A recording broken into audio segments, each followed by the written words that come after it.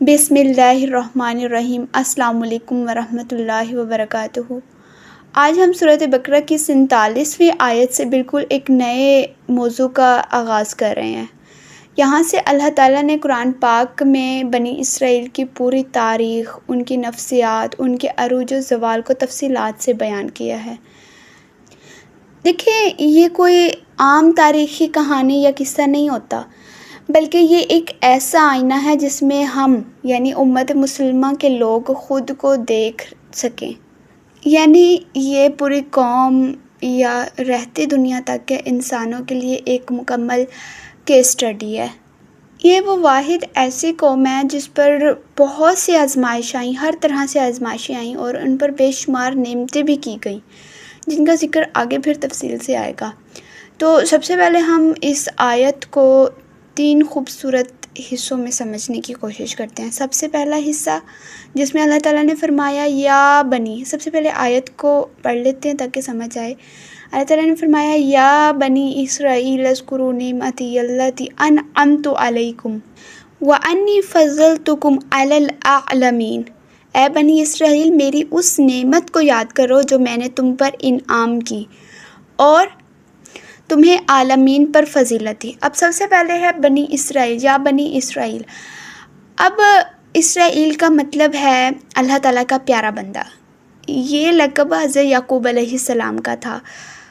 اگر ہم غور کریں تو اللہ تعالیٰ نے یہاں انہیں کسی اور نام یا کسی اور اس سے نہیں پکارا، بلکہ اللہ تعالیٰ نے انہیں ان کے اپنے ہی اتنے زاہد، اتنے نیک اور لاڈلے دادا کا حوالہ دے کر پکارا کہ بنی اسرائیل یعنی اسرائیل کی اولاد۔ یہ پکار کر دراصل ان کے اندر احساس ذمہ داری اور ان کی سوئی ہوئی غیرت کو جگانے کی کوشش کی گئی ہے کہ تم اپنے اس برگزیدہ انسان کی اولاد ہو، اتنے برگزیدہ انسان کی اولاد ہو، تو تم کس طرح سے غلط راستے پر چل سکتے ہو۔ اپنے اصل کو پہچانو کہ اصل میں تم کون ہو، اس لیے فرمایا یا بنی اسرائیل۔ پھر آگے اپنی نعمتوں کا ذکر فرمایا، یعنی اذکروا نعمتی التی انعمت علیکم، میری وہ نعمت یاد کرو جو میں نے تم پر کی۔ اب یہاں اللہ تعالیٰ نے بنی اسرائیل کو اپنے احسانات یاد دلوائے۔ اب یہ کون سی عظیم نعمتیں ہیں؟ مثلاً کہ فرعون کے ظلم سے مجزاتی طور پر نجات ملنا، اس تپتے ہوئے صحرا میں بادلوں کا سایہ پڑنا، آسمان سے من و سلویٰ کا لذیذ کھانا اترنا، اور سب سے بڑھ کر یہ کہ مسلسل انبیاء کا ان کی ہدایت کے لیے انہی میں سے مبعوث ہونا۔ اب چونکہ یہ تمام واقعات آگے اگلی صورتوں میں بھی اسی صورت کی اگلی آیات میں بھی تفصیل سے آنے والے ہیں، تو اس لیے اللہ تعالیٰ نے یہاں پر ایک جامع لفظ یعنی نعمت کا استعمال کر کے ان کے دلوں پر دستک دی ہے۔ پھر اللہ تعالیٰ نے فرمایا وَأَنِّي فَضَّلْتُكُمْ عَلَى الْعَالَمِينَ، اور یہ کہ میں نے تمہیں تمام جہانوں پر فضیلت دی۔ اب اس حصے کو ہمیں غور سے سمجھنے کی ضرورت ہے، کیونکہ یہاں قدرت کا ایک بہت بڑا قانون چھپا ہوا ہے۔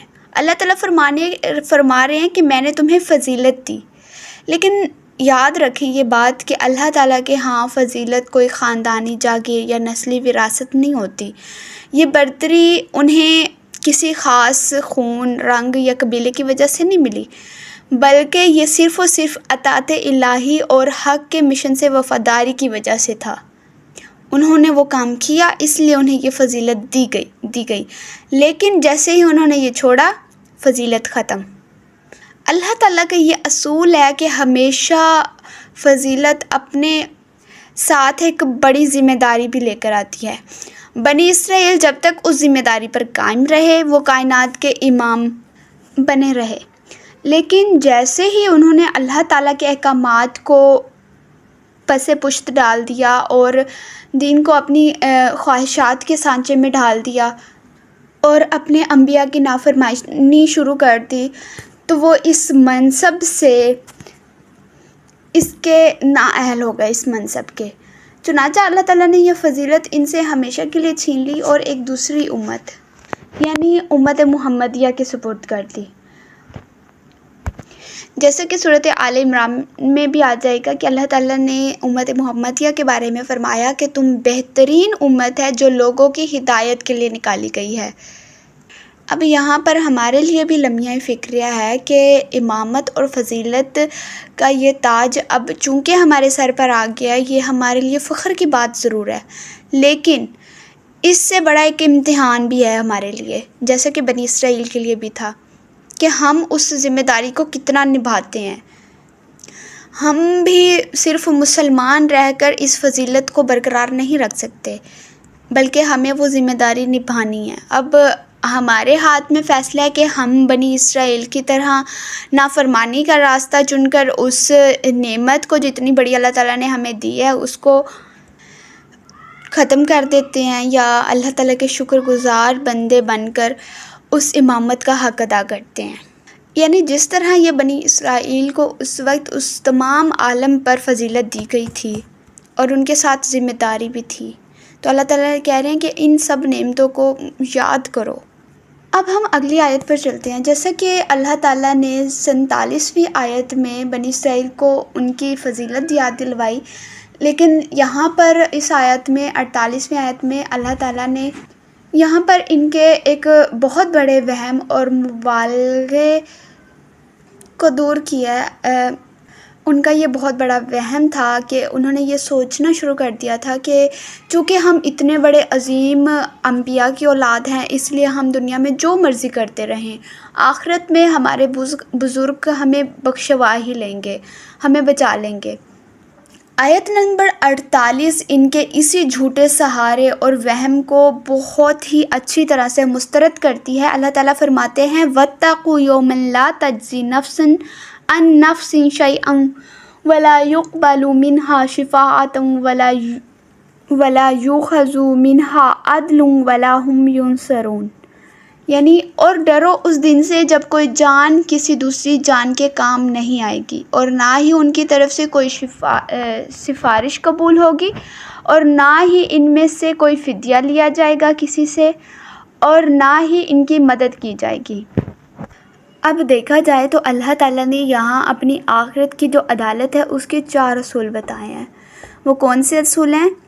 سب سے پہلا کہ وہاں کوئی کسی کا بوجھ نہیں اٹھائے گا۔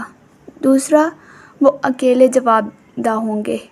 تیسرا، کسی کی کوئی زبردستی والی سفارش کام نہیں آئے گی۔ چوتھا، کوئی بھی فدیہ یا دولت یا کچھ بھی جو ہے جیسے آج ہم دے دو کے چھڑوا لیتے ہیں، ایسا ان میں سے کوئی بھی کام نہیں آئے گا، اور نہ ہی ان کو کوئی بیرونی طاقت چھڑوا سکتی ہے۔ یعنی وہاں پر انسان بالکل تنہا ہوگا۔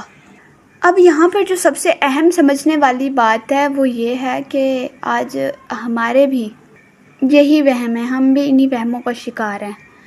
ہم اکثر یہ سوچ بیٹھتے ہیں کہ ہم تو آخری نبی کے امتی ہیں، ہم جیسے بھی عمل کریں ہماری شفاعت تو ہو ہی جائے گی، کوئی نہ کوئی حضرت محمد صلی اللہ علیہ وسلم ہماری شفاعت ہی کروا لیں گے۔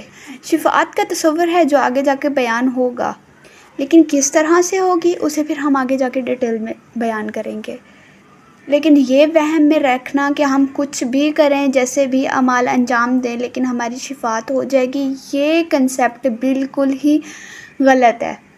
جیسا کہ اللہ تعالیٰ نے اس آیت میں بھی بنی اسرائیل کے اسی لاڈ اور زبردستی والے جو شفاعت کا تصور ہے اس کو رد کیا ہے۔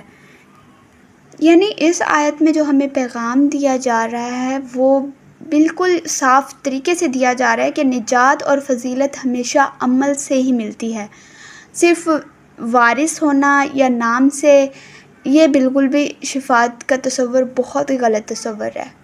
اللہ تعالیٰ ان کا یہ جھوٹا وہم توڑنے کے بعد اب اسی تسلسل سے اللہ تعالیٰ نے آگے نعمتوں کو گنوانا شروع کر دیا ہے کہ جن کا ذکر 47ویں آیت میں کیا گیا تھا کہ میری وہ نعمتیں یاد کرو۔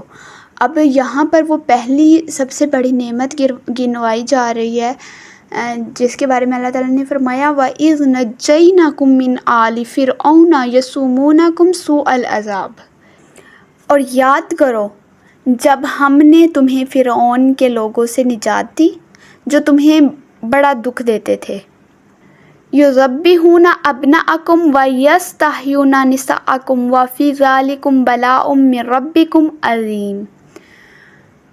تمہارے بیٹوں کو ذبح کر ڈالتے تھے اور تمہاری عورتوں کو زندہ رکھتے تھے، اور اس میں تمہارے رب کی طرف سے بہت بڑی آزمائش تھی. بلاء عظیم یعنی بہت بڑی عذاب، بلا یعنی آزمائش تھی. اب یہ تاریخ کا سب سے زیادہ خوفناک ترین دور تھا، جب بنی اسرائیل مصر میں فرعون کی غلامی میں پس رہے تھے، تو دوسری طرف فرعون کو اس کے نجومیوں نے بتایا کہ بنی اسرائیل میں ایک ایسا بچہ پیدا ہوگا جو تمہاری سلطنت کو ختم کر دے گا. تو اس خوف سے اس نے حکم دیا کہ جو بھی لڑکا پیدا ہوگا اس کو فوراً قتل کر دیا جائے اور بیٹیوں کو غلامی کے لیے زندہ رکھا جائے. اب یہاں پر غور کرنے والی بات ہے کہ قرآن نے یہاں صرف فرعون کا نام نہیں لیا بلکہ آل فرعون کا کہا. یعنی یہ صرف ایک انسان کا ظلم نہیں تھا، یہ ایک پورا ظالمانہ سسٹم تھا، نظام تھا، اور یہ سارا کا سارا سسٹم مل کر ایک پوری قوم کو استحصال کر رہا تھا. تو اللہ تعالیٰ نے انہیں اس پورے جابرانہ نظام سے معجزاتی طور پر آزادی دلائی. آیت کے آخر میں اللہ تعالیٰ نے فرمایا ہے کہ اس میں تمہارے لیے تمہارے رب کی طرف سے بڑی آزمائش تھی. عربی میں اس لفظ یعنی بلا کا مطلب آزمائش بھی ہوتا ہے اور بہت بڑا انعام بھی ہوتا ہے. یعنی وہ جو ظلم سہ رہے تھے ان کے صبر کا امتحان تھا، پھر جو ان کو بغیر کسی جنگ کے اتنے بڑے ظلم سے نجات ملی وہ اللہ تعالیٰ کا سب سے بڑا انعام تھا. یہاں سے جو ہمیں پیغام ملتا ہے کہ اللہ تعالیٰ انسان کو حالات کی تنگی دے کر بھی آزماتا ہے اور پھر ان حالات سے نکال کر آزادی اور نعمتیں دے کر بھی آزماتا ہے. یہ نجات دراصل اس سلسلے کی پہلی کڑی تھی جس کے بعد ان کا اصل امتحان شروع ہونے والا تھا، کہ وہ اللہ تعالیٰ اس آزادی سے اور نجات پانے کا بعد اور انعام حاصل کرنے کے بعد اللہ تعالیٰ کے شکر گزار بندے بن کر کس طرح سے امامت کا حق ادا کرتے ہیں، اس عہد کو پورا کرتے ہیں، یا تو پھر وہ نافرمانی کا راستہ چنتے ہیں. اب یہ اس آزادی کا فیصلہ کن موڑ ہے جہاں پر اللہ تعالیٰ بتا رہے ہیں کہ کس طرح انہوں نے بنی اسرائیل سے اللہ تعالیٰ نے ان کو معجزانہ طریقے سے نجات دلائی. اللہ تعالیٰ فرماتے ہیں وَإِذْ فَرَقْنَا بِكُمُ الْبَحْرَ فَأَنْجَيْنَاكُمْ وَأَغْرَقْنَا آلَ فِرْعَوْنَ وَأَنْتُمْ تَنْظُرُونَ. یعنی اور یاد کرو جب ہم نے تمہارے لیے سمندر کو پھاڑ دیا، پھر تمہیں بچا لیا اور فرعون کے لوگوں کو غرق کر دیا، آل فرعون کو غرق کر دیا، جبکہ تم خود دیکھ رہے تھے. اب یہاں منظر یہ تھا کہ آگے سمندر تھا اور پیچھے فرعون کا لشکر. اللہ تعالیٰ نے حضرت موسیٰ علیہ السلام کو حکم دیا کہ آپ اس شہر سے نکل جائیں لوگوں کو، بنی اسرائیل کے لوگوں کو لے کر. اب فرعون اور اس کا لشکر پیچھے سے آیا حضرت موسیٰ علیہ السلام کا پیچھا کرنے کے لیے کہ ہم انہیں پکڑ لیں گے. تو اب آگے سمندر ہے، پیچھے فرعون کا لشکر ہے. بظاہر بچنے کی تو کوئی امید نہیں نظر آ رہی تھی، لیکن اللہ تعالیٰ کے حکم سے جب حضرت موسیٰ علیہ السلام نے اپنا عصا اس سمندر پر مارا تو سمندر بیچ سے پھٹ گیا. یعنی وہ اس طرح سے ہوا کہ ادھر کا پانی ادھر ہو گیا اور ایک درمیان میں راستہ بن گیا اور انہوں نے اس سمندر کو پار کر لیا. لیکن فرعون کا پورا لشکر اسی میں غرق ہو گیا. وہ بھی پیچھے آ رہا تھا، لیکن جیسے ہی وہ پہنچا تو پانی دوبارہ سے اپنی اصلی جگہ پر آ گیا، تو وہی فرعون اور اس کا لشکر اسی میں غرق ہو گیا، اور وہ بھی ان کی آنکھوں کے سامنے. اب یہاں پر سمجھنے والی بات ہے کہ پہلی بات، دو باتیں سمجھنے والی. پہلی بات کہ تمہیں بچا لیا، یعنی براہ راست یہاں پر بنی اسرائیل سے خطاب ہو رہا ہے. اب دیکھیں کہ فرعون کے دور میں جو لوگ سمندر پار کر رہے تھے وہ تو اس دور کے بنی اسرائیل کے باپ دادا تھے. یعنی جب یہ قرآن نازل ہوا ان کے باپ دادا تھے ان لوگوں کے. لیکن اللہ تعالیٰ نے یہاں موجودہ دور کے یہودیوں سے یہ بات کی ہے کہ میں نے تمہیں بچا لیا، ایسا کیوں؟ تفسیر المیزان اور دیگر مستند تفاسیر میں یہ نقطہ آتا ہے کہ قومیں ایک واحد جسم کی طرح ہوتی ہیں۔ اگر اللہ تعالیٰ نے ان کے باپ دادا کو فرعون کے ہاتھوں نسل کشی سے نہ بچایا ہوتا تو آج ان کی یہ نسل دنیا میں موجود ہی نہ ہوتی۔ یعنی ان کے اجداد کو بچانا دراصل ان کی پوری نسل کو وجود دینا تھا۔ اس لیے اللہ تعالیٰ نے فرمایا یہ احسان خود تمہاری ذات پر ہے۔ اب اگر ہم اسے آج کی سائنس کے مطابق سمجھیں، یعنی ڈی این اے کے حساب سے سمجھیں تو جدید سائنس یعنی جینیٹکس یہ کہتا ہے کہ ہمارا ڈی این اے جو ہے ہمارے اجداد کی ہسٹری کا امین ہے۔ یعنی اگر اللہ تعالیٰ نے وقت کی قید کو ختم کر کے انہیں ایک ہی نسل کہا ہے تو اس لیے کہا ہے کیونکہ جو حیاتیاتی اور جینیاتی تسلسل صدیوں پہلے شروع ہوا تھا، یہ موجودہ نسل اسی کا حصہ ہے۔ اللہ تعالیٰ نے ان کو یہ بتایا ہے کہ جو فضیلت، جو رتبہ اور جو معجزات تمہارے اجداد کو دیے گئے تھے، تم اسی ہسٹری اور اسی ڈی این اے کا تسلسل ہو۔ تم ان احسانات سے الگ نہیں ہو، وہ سب تمہاری ہی بقا کے لیے تھا۔ پھر دوسری بات یہ کہ اللہ تعالیٰ نے فرمایا کہ تم دیکھ رہے تھے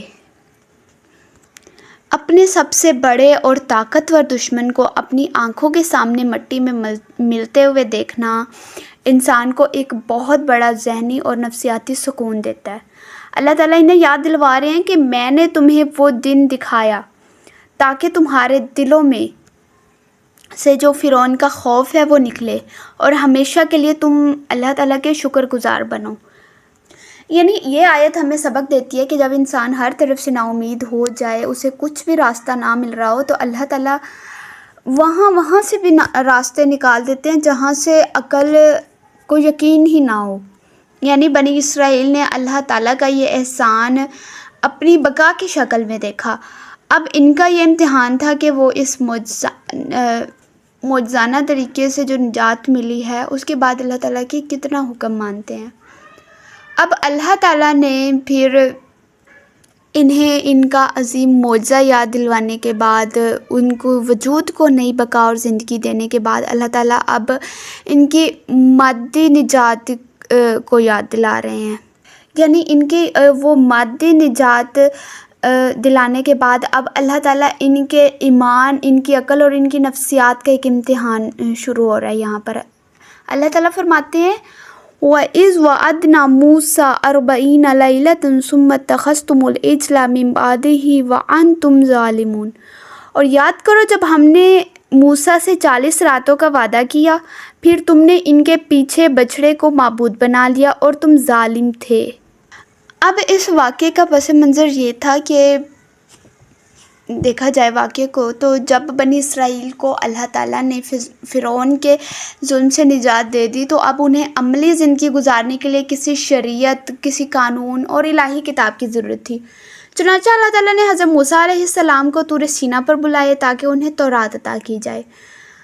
تفسیر کے آئینے میں یہ بات واضح ہوتی ہے کہ اللہ تعالیٰ نے حضرت موسیٰ سے پہلے 30 راتوں کا وعدہ کیا تھا، لیکن جب وہ وہاں پہنچے تو اللہ تعالیٰ نے اس مدت کو 10 اور مزید راتوں سے بڑھا دیا، یعنی 40 راتیں کر دیا۔ اس مدت کو بڑھانے کے پیچھے اللہ تعالیٰ کی بہت بڑی حکمت پوشیدہ تھی، اور وہ یہ تھی کہ اس قوم کا امتحان لیا جائے کہ وہ رہبر کی غیر موجودگی میں جب انہیں مدت کا صحیح اندازہ نہ ہو کہ کب آئے گا تو کس طرح سے وہ رویہ اختیار کرتے ہیں، وہ کیا کرتے ہیں۔ اب قرآن نے ان دونوں کو ملا کر 40 راتوں کا عدد بنا دیا، یعنی 30 کو اور 10 کو، اور یہ واضح کیا کہ ان 40 راتوں کا ہی اللہ تعالیٰ کا ارادہ تھا، جس میں اللہ تعالیٰ نے اپنی حکمت اور نعمت کے تمام تقاضے پورے کرنے تھے۔ اب قوم کا یہ امتحان تھا کہ وہ اللہ تعالیٰ کی طرف سے مقرر کردہ رہبر یعنی حضرت موسیٰ علیہ السلام کے بغیر اپنے رب کے احکامات پر ثابت قدم رہتے، یا تو پھر وہ اس مادی اور ظاہر چیزوں کو اپنا معبود بنا لیتے۔ اگر ہم اس واقعے کو مزید گہرائی میں دیکھیں اور اپنی زندگیوں کے لیے ایک سبق اور ہدایت کے طور پر لیں تو یہ دنیا کا جانا مانا اصول ہے کہ اللہ تعالیٰ نے کبھی بھی اس کائنات کو رہبر کے بغیر تنہا نہیں چھوڑا۔ انسان کی فکری اور اخلاقی ہدایت کے لیے زمین پر رہبر کا ہونا بہت ضروری ہے۔ اب رہبر کی بھی مختلف درجہ بندی ہیں۔ سب سے پہلے سب سے بڑا رہبر جنہیں انبیاء اور مرسل کہا جاتا ہے، یعنی جنہیں اللہ تعالیٰ نے خود منتخب کیا ہے۔ جیسے ہمارے لیے اگر دیکھا جائے تو حضرت محمد صلی اللہ علیہ وآلہ وسلم شریعت محمدی کے سب سے بڑے رہبر ہیں۔ انہوں نے تمام احکامات اور الہی کتاب ہم تک پہنچا کر رہبری کا حق بخوبی ادا کیا ہے۔ پھر دوسرے نمبر پہ آتا ہے، تھوڑا سا نیچے آ جائیں تو اس کے بعد خلفاء اور اولیاء آتے ہیں، جو انبیاء کی قائم کردہ ہدایات پر لوگوں کو عمل کرواتے ہیں، جو اپنی علم اور حکمت کے ساتھ اس رہبری کے فریضے کو نبھاتے ہیں۔ پھر اس کے بعد تیسرے نمبر پہ آ جاتا ہے علماء اور رہنما، یعنی اس سے نیچے تمام جو بھی سچے علماء اور رہبر ہیں وہ مختلف ادوار میں لوگوں کو سیدھی راہ دکھاتے رہے ہیں۔ اب اگر ہم آج کی مثال دیکھیں، جیسا کہ ہمارا عقیدہ ہے کہ حضرت مہدی علیہ السلام اس دنیا میں آئیں گے اور اس زمین کو عدل و انصاف کے نظام اس زمین پر نافذ کریں گے، تو چونکہ وہ فی الوقت موجود نہیں ہیں، کچھ کہتے ہیں کہ پردہ غائب میں اور کچھ کہتے ہیں کہ ابھی پیدا ہوں گے، چاہے کچھ بھی ہے لیکن وہ ابھی موجود نہیں ہے نا۔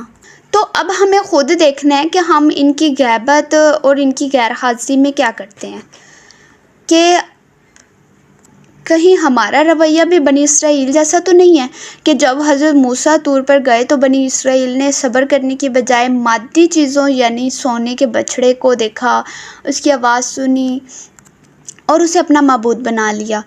یہ آگے تفصیل آئے گی تو ہم آگے سے بیان کریں گے کہ کس طرح سے کیا ہوا تھا۔ حالانکہ حضرت موسیٰ اپنے پیچھے حضرت ہارون علیہ السلام کو بطور رہبر چھوڑ کر گئے تھے، لیکن بنی اسرائیل نے ان کی ایک نہ سنی۔ چونکہ وہ حضرت موسیٰ کو ہی سب کچھ سمجھتے تھے، وہ کہتے تھے کہ حضرت موسیٰ ہی ہیں، وہ تو اب ہیں نہیں، تو اب ہم جو مرضی کریں۔ آج ہمارے لیے بھی یہی آزمائش ہے۔ اگرچہ ہمارا بڑا رہبر اس وقت نظروں سے اوجھل ہے، لیکن ہمارے پاس قرآنی اصول بھی ہیں، سنت نبوی بھی ہے اور سچے علماء کی رہنمائی بھی موجود ہے۔